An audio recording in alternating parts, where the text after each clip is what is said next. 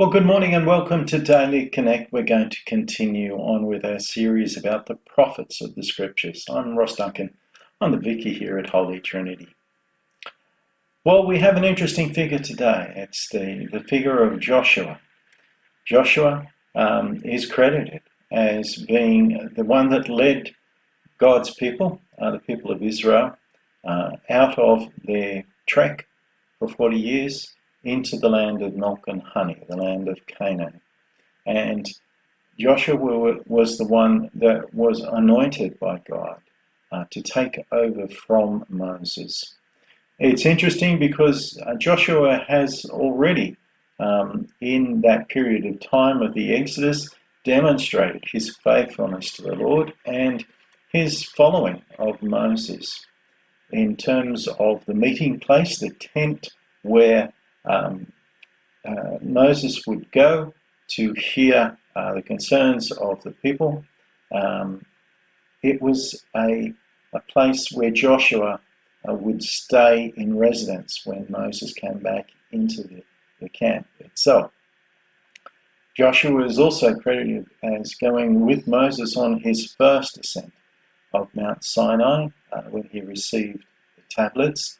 He ascended with Moses, then came back down with Moses on that particular trek to be greeted by the events that have taken place under Aaron's leadership and the preparation of the golden calf. Interestingly, Joshua didn't go back up the mountain when Moses ascended a second time to receive the tablets. We see that as Moses is aged, the word of the Lord comes to him that he will not go into the land of milk and honey, and that Joshua is to lead God's people. So Moses prepares him for this. Interestingly, Moses has already had Joshua go into that land prior to God's people moving across the Jordan. He went in as a spy and was one of only two spies that came back and gave a favourable report to Moses about the land itself and the possibilities that were there. We see that there is also a book about Joshua and his leadership as well. There is some conjecture as to whether or not this is historically accurate or whether this is just a book that has been written sometime after Joshua's life.